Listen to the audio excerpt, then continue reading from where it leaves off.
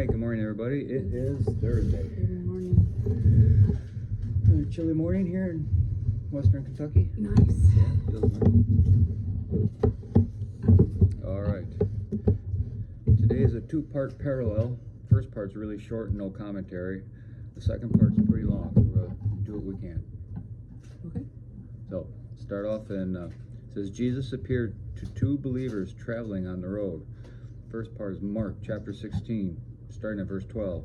Afterward, he appeared in a different form to two of his followers who were walking from Jerusalem into the country.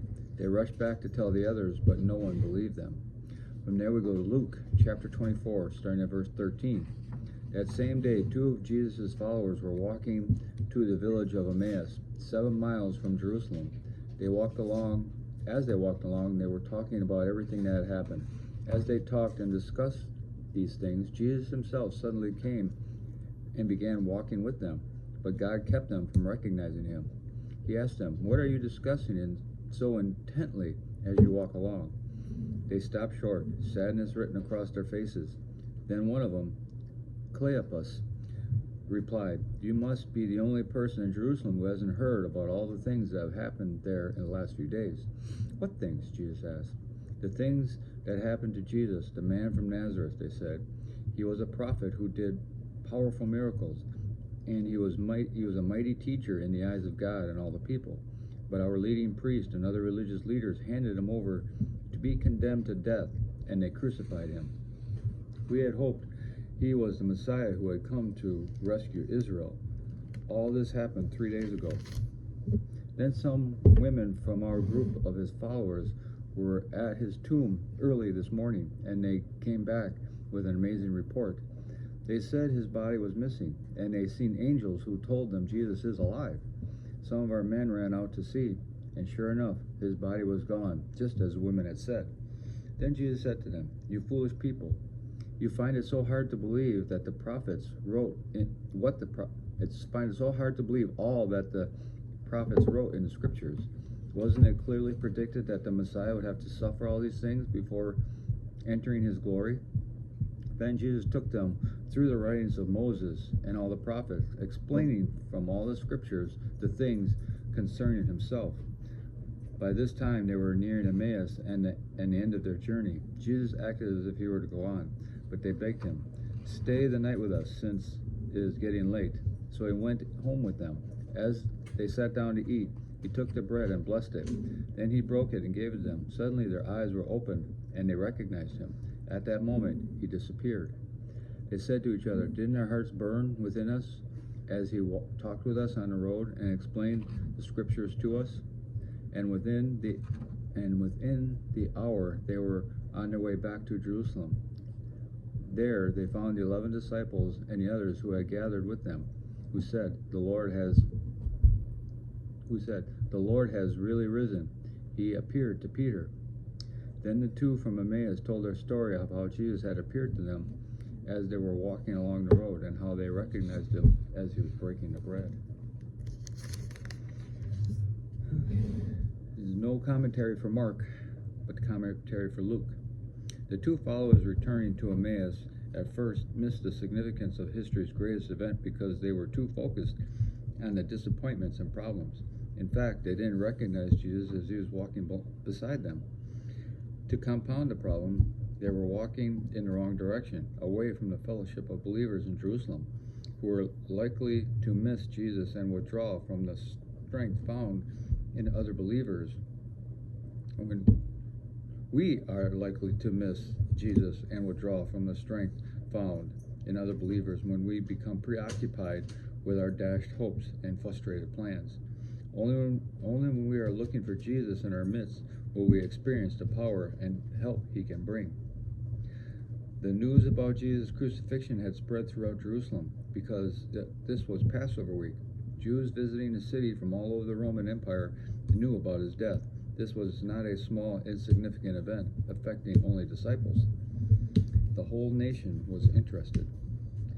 These followers from Emmaus had been counting on Jesus to redeem Israel, that is, to rescue the nation from its enemies.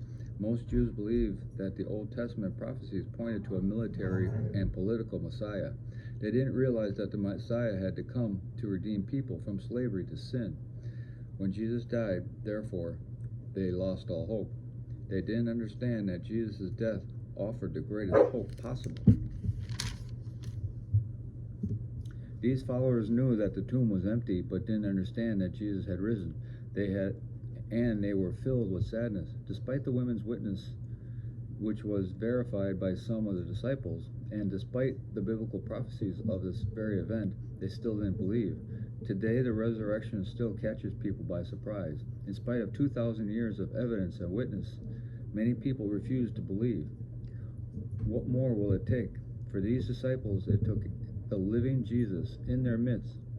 For many people today, it takes meeting Christians who display the transforming love of the resurrected Christ in their midst. Even though these Jewish men knew the Bible prophecies well, they failed to understand that Christ's suffering was his path to glory. They could not understand why God had not intervened to save Jesus from the cross.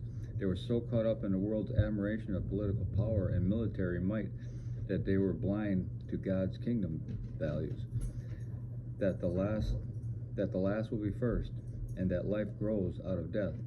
The world has not changed its values. The suffering servant is no more popular today than was 2,000 years ago, but we have only the witness of the Old Testament prophets.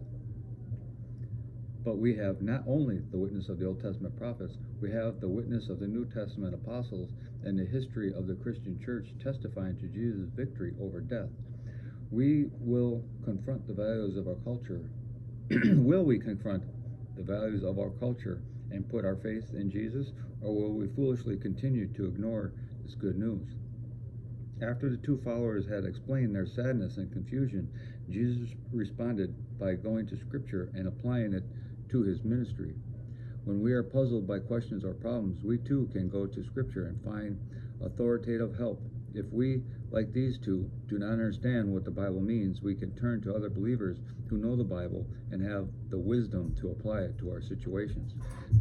Beginning with the promised offspring in Genesis 3, verse 15, and going through the suffering servant in Isaiah 53, the pierced one in Zechariah 12:10, and the messenger of the covenant in Malachi 3, verse 1, Jesus reintroduced these disciples to the Old Testament. Christ is the thread woven throughout all the Scriptures, the central theme that binds them together. Following are several key passages Jesus may have mentioned on his walk to Emmaus: Genesis 3, Genesis 12, Psalm 22, Psalm 69, Psalm 110, Isaiah 53. Hey, Jasper, leave it. Sorry. Playtime, right? Jeremiah 31, Zechariah 9, Zechariah 13, and Malachi 3. Paul also mentions that Jesus appeared to Peter alone, 1 Corinthians 15, verse 5. This appearance is not further described in the Gospels. Jesus showed individual concern for Peter because Peter felt completely unworthy after not denying his Lord.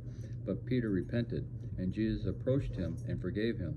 Soon God would use Peter in building Christ's church. See the first half of the other book of Acts. There's a lot of commentary. We don't have a lot of time for our commentary, though. Okay. So, sorry. That's all right. But there's a lot of commentary there. And I was just thinking, imagine how many times that Jesus is right with us, but we're too caught up in our own thoughts and happenings of the world to not acknowledge him or realize who he is. it's true. I mean, it is absolutely true. Okay, we have 2 pictures plus the commentary. I'll try to post the pictures at the end of the video. Okay, hope everybody has a glorious day, and we'll talk to you later.